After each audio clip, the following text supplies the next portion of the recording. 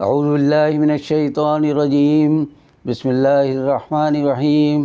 معزز خواتین و حضرات، آج گوشہ کمال کی نشست نمبر 48 یعنی 48 ہے۔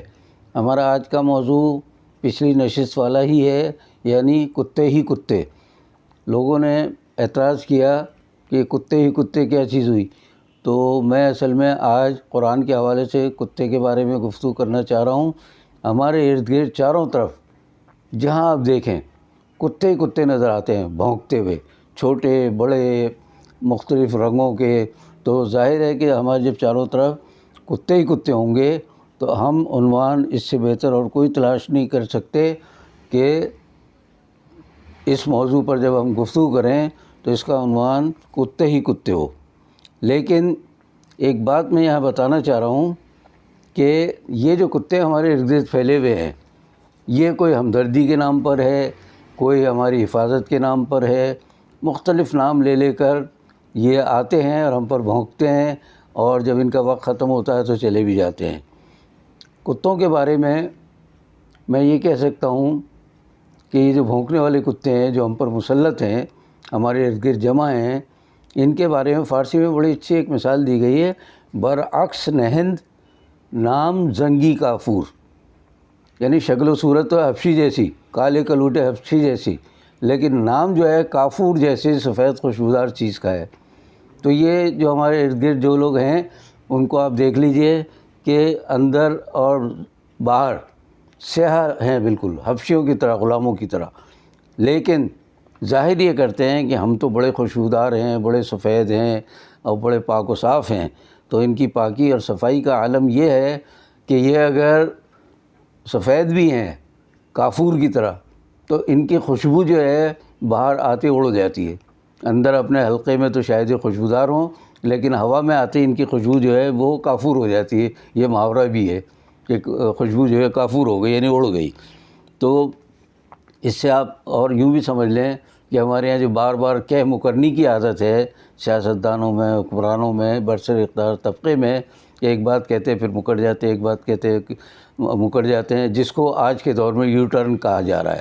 حالانکہ ہمیشہ سے ان کا وتیرہ امتیاز رہا ہے، طرہ امتیاز رہا ہے ان کا، اور وتیرہ رہا ہے۔ تو اب ہم اس کو یو ٹرن کی اصطلاح میں استعمال کرتے ہیں۔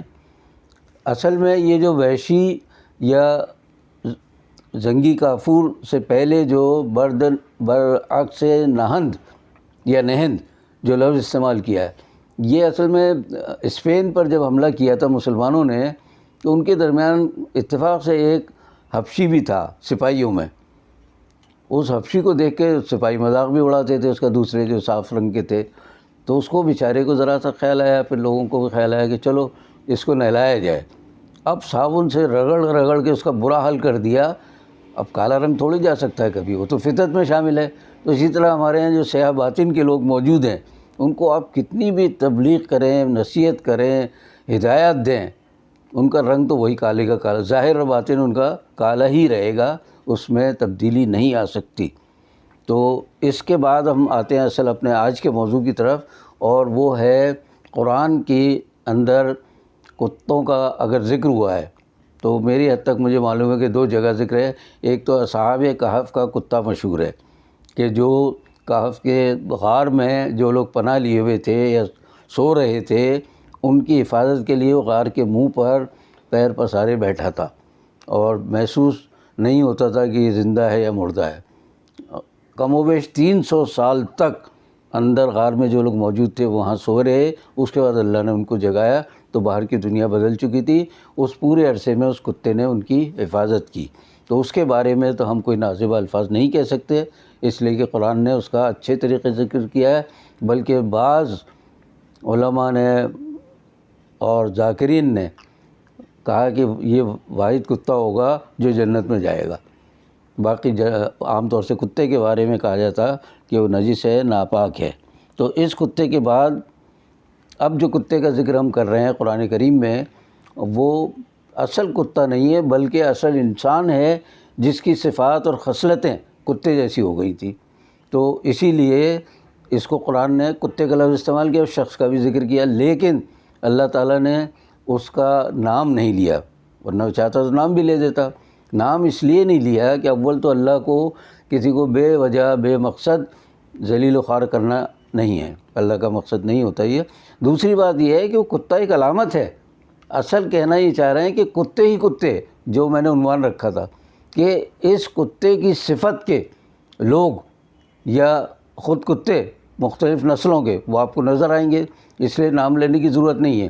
یہ ایک تمثیل ہے، ایک مثال کے طور پر پیش کیا کہ صاحب ایک کتا ایسا ہے جس کی خصلتیں انسانوں میں پیدا ہو جائیں تو وہ کیسے ہو جاتے ہیں. ایک اور بات میں بتا دوں کہ عربی میں جتنی بھی خونخوار چیزیں ہوتی ہیں، چیر پھاڑ کرنے والے جانور ہوتے ہیں، ان سب کو کلب کہا جاتا ہے. اسی کلب میں کتا بھی آ جاتا ہے اور شیر بھی آ جاتا ہے. اب سوء اتفاق ہے کہ ہم نے اپنے معاشرے میں کتا بھی دیکھا اور شیر بھی دیکھا. یعنی کلب جو ہے یعنی خونخوار چیر پھاڑ کھانے والے لوگ یا جانور وہ ہم پر مسلط ہیں. تو یہ کہنے کے بعد میں آپ سے یہ کہنا چاہتا ہوں کہ سورہ الاعراف میں اس کی آیت نمبر 175 سے 177 تک 3 آیتوں میں ذکر کیا ہے ایک شخص کا کہ جو بڑا اہل علم تھا، بڑا اللہ والا تھا، بہت سمجھے متقی تھا، لیکن دنیا کی ہوس میں جب وہ مبتلا ہوا، اس کا ذہن پھر گیا تو اس میں کتے جیسی صفات پیدا ہو گئیں. یعنی ایک شریف آدمی، نیک آدمی، شیطان کے ورغلانے میں آ کر، حضرت آدم علیہ السلام کا قصہ بھی سب کو معلوم ہے، تو شیطان جس کو ورغلائے اور وہ اس کے ورغلانے میں آ جائے تو اس میں شیطانوں جیسی یا بعض خبیث جانوروں جیسی صفات پیدا ہو جاتی ہیں. تو وہ شخص جو تھا وہ اہل علم ضرور تھا، لیکن شیطان کے بہکاوے میں آ کر وہ گمراہ ہو گیا، لہٰذا اس کی حالت کتے جیسی ہو گئی. یہ قرآن کے الفاظ کا مفہوم ہے. یہ وہ کون تھا، کیا تھا، اس کا نام بھی اہم نہیں ہے. وہ اصل میں کتا صفت ایک ذکر کرنا ہے اللہ کو کہ جو انسانوں میں پیدا ہو جاتی ہے. تو یہ اس کا نام اہم نہیں، لیکن اس کا کردار اہم ہے، جس کی مماثلت ہر دور کے انسانوں میں پائی جاتی ہے. اسی لیے صرف کتا اور اس جیسا شخص کہہ کر اللہ تعالیٰ نے بات جو ہے آگے بڑھا دی ہے. اسی لیے میں یہاں کہہ سکتا ہوں کہ روح سخن کسی کی طرف ہو تو روح سیاہ. میرا روح سخن کسی ایک شخص یا ایک گروہ کی طرف نہیں ہے. یہ انسان میں پائی جانے والی کتوں کی صفات وہ چونکہ قرآن میں بھی ذکر ہوا ہے تو وہ میں آج آپ کے سامنے پیش کر رہا ہوں. اب آتے ہیں ہم اس بات پر کہ ہر وہ شخص جو ذاتی اپنی جو ضروریات ہیں ان کے حصول کے بجائے خواہشات نفسانی کی طرف رجوع ہو جائے، ان کا غلام ہو جائے، تو اس کے بعد اس کی حالت ایسے ہی کتے جیسی ہوتی ہے جس کی مثال قرآن نے دی ہے. اب یہ کتا کیسا ہوتا ہے؟ یہ کتا اس طرح کا ہوتا ہے کہ آپ اس پر حملہ کریں تب بھی یہ بھونک کے ذرا سا اور پھر وہی رال ٹپکانے لگ جاتا ہے، زبان لٹکائے رہتا ہے اور آپ کے پیچھے پیچھے. اور اگر آپ اس کو معاف کر دیں، اس کو چھوڑ دیں، اس کے باوجود اس کی وہی حالت، زبان لٹکی ہوئی ہے، رال ٹپک رہی ہے. تو یہ رال ٹپکنا اس کا زبان کا یہ جو اللہ تعالیٰ نے ذکر کیا ہے یہ دراصل کتے کے لالچی ہونے کی دلیل ہے کہ ہر صورت میں اس کے اندر لالچ ہوتا ہے. تو یہ مثال دنیا کے ہر کتے پر اور کتا صفت لوگوں پر منطبق ہو سکتی ہے، ثابت آتی ہے، صادق آتی ہے. حقیقت کا علم اب قرآن نے جو ذکر کیا اس سے اندازہ کریں نا کہ حقیقت کا علم ہو جائے کسی کو، اس کے باوجود وہ اسفل السافلین میں جا گرے، اپنے اعلیٰ مقام کو گرائے اور نیچے چلا جائے، پاتال میں چلا جائے، تو ظاہر ہے کہ وہ قابل نفرت ہوتا ہے وہ. اور ہم کہہ سکتے ہیں کہ اس کے بعد اس کی فطرت بدل جاتی ہے، انسان سے حیوان ہو جاتا ہے، اور یہ فطرت پھر تادم مرگ اس کے ساتھ رہتی ہے، قائم رہتی ہے. اب میں بتانا ایک بات چاہتا ہوں کہ کتے کی بعض صفات ایسی ہیں کہ اگر آپ ان صفات کو انسانوں میں دیکھیں تو وہاں بھی آپ کو نظر آ جائے گی. مثلاً کتے کی جبلت میں جیسا میں پہلے بتا چکا ہوں کہ اس میں لالچ اور مفاد پرستی ہے، اپنی ذات کے لیے وہ حاصل کرتا ہے، دوسروں کو بھگاتا ہے ڈرا دھمکا کر. تو یہ لالچ جو ہے یہ کتے کی بنیادی صفت ہے. وہ ہر چیز پر منہ مارتا ہے، زمین پر گندی چیزوں پر منہ مارتا ہے، سونگھتا رہتا ہے تاکہ اس کو مطلب کی کوئی چیز ملے. یہ اس کی قوت شامہ یعنی سونگھنے کی صلاحیت یہ بہت زیادہ اللہ نے رکھی ہے. اسی لیے بعض اوقات جاسوسی کے لیے کتوں کا استعمال کیا جاتا ہے. کتے جاسوس بھی ہوتے ہیں. چلیے ایک اور لفظ بڑھ گیا اس میں کہ کتے جاسوسی کرنے والے بھی کتے ہوتے ہیں. تو دوسری خرابی یا خوبی اس کے اندر یہ ہے کہ آپ اس کو پتھر ماریں تو وہی سمجھتا ہے کھانے کی چیز ہے، دوڑتا ہے اس کے پیچھے. یہ نہیں کہ ہم پر حملہ آور ہونے کی کوشش کرے. پتھر ہم نے پھینکا، دور جا کے گرا، اس کے پیچھے بھاگتا ہے کہ شاید کوئی کھانے کی چیز ہے، پھر جا کے اس کو سونگھتا ہے، کبھی منہ میں بھی رکھتا ہے، سمجھتا ہے کہ نہیں کھانے کی چیز ہے، پھر پھینک دیتا ہے. تو یہ بھی اس کے لالچی تباہ ہونے کی ایک خاص بات ہے. اس کے بعد آپ دیکھیں کہ آپ اس کو دھتکاریں تب بھی یہ آپ کے پیچھے پیچھے دم ہلاتا ہوا آئے گا. اور خاص طور سے جو مقتدر لوگ ہوتے ہیں، صاحبان اقتدار و اختیار ہوتے ہیں، ان کے پیچھے تو کتے دھوم ہلاتے ہوئے آپ کو ہر جگہ نظر آئیں گے، چاہے ان سے کچھ ملے یا نہ ملے، لیکن ان کے آگے پیچھے گھومتے ہیں خوش آمد میں اور دم ہلاتے رہتے ہیں کہ صاحب ہم سے زیادہ وفادار آپ کو کہاں ملے گا، تو باقی جو آپ کے ساتھی ہیں ان میں آپ کو شاید نہ ملے. ایک اور خصوصیت بڑی دلچسپ آپ کو بتاتا ہوں میں کہ کتا اگر کسی جانور کی یا انسان کی لاش دیکھ لے تو وہ لاش اس کی جو ضرورت ہے بھوک مٹانے کی، اس سے چاہے جتنی بڑی ہو، لیکن اس کی جو لالچی طبیعت ہے وہ دوسرے جانوروں کو قریب نہیں آنے دیتی. وہ کہتا ہے بس پوری لاش کا میں ہی مالک ہوں، میں ہی کھاؤں گا اس کو، کسی اور کو قریب نہیں آنے دیتا. تو کتا صفت انسانوں میں آپ دیکھتے ہوں گے کہ وہ کہتے ہیں بس ہم کھائے جائیں، کسی اور کو قریب نہیں آنے دیں گے.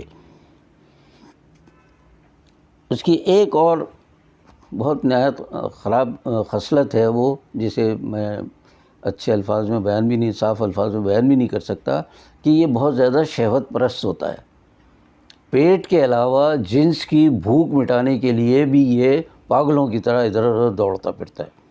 ہمارے جتنے بھی سروں پر مسلط ارباب اقتدار ہیں، جو مقتدر طبقوں سے تعلق رکھتے ہیں، جن کے پاس کچھ اختیارات ہیں، کوئی حیثیت ہے ان کی معاشرے میں، ان سب کو آپ قریب سے جا کر دیکھ لیجئے کہ بھوک اور جنس یہ دو کے گرد ساری زندگی ان کی گھومتی ہے.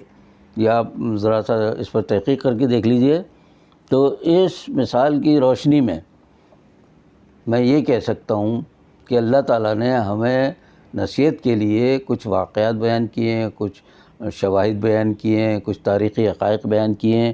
ان کو اگر ہم غور سے پڑھیں سمجھیں تو ہمیں پتہ چل جائے گا کہ ہمارے درمیان چھوٹے بڑے اور کالے پیلے اور سفید ہر طرح کے کتے جو ہیں وہ نظر آتے ہیں، اور ہم ان سے بھی کوئی عبرت حاصل نہیں کرتے. اور قرآن نے اس کے حوالے سے جس انسان کا ذکر کیا، ایک انسان کا ذکر ہے لیکن وہ دراصل کتا صفت سارے انسانوں کا ذکر ہے.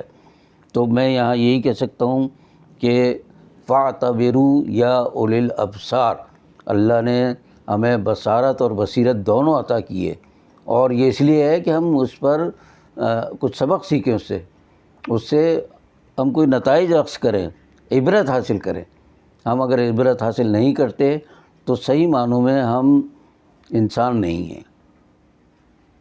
آخر میں وہی درخواست کہ اگر آپ کو یہ گوشہ پسند آتا ہے تو آپ اسے شیئر کریں، لائک کریں اور سبسکرائب کریں، گھنٹی کا بٹن دبانا بھی نہ بھولیں. آج کے لیے اتنا ہی، باقی بشرط زندگی باقی.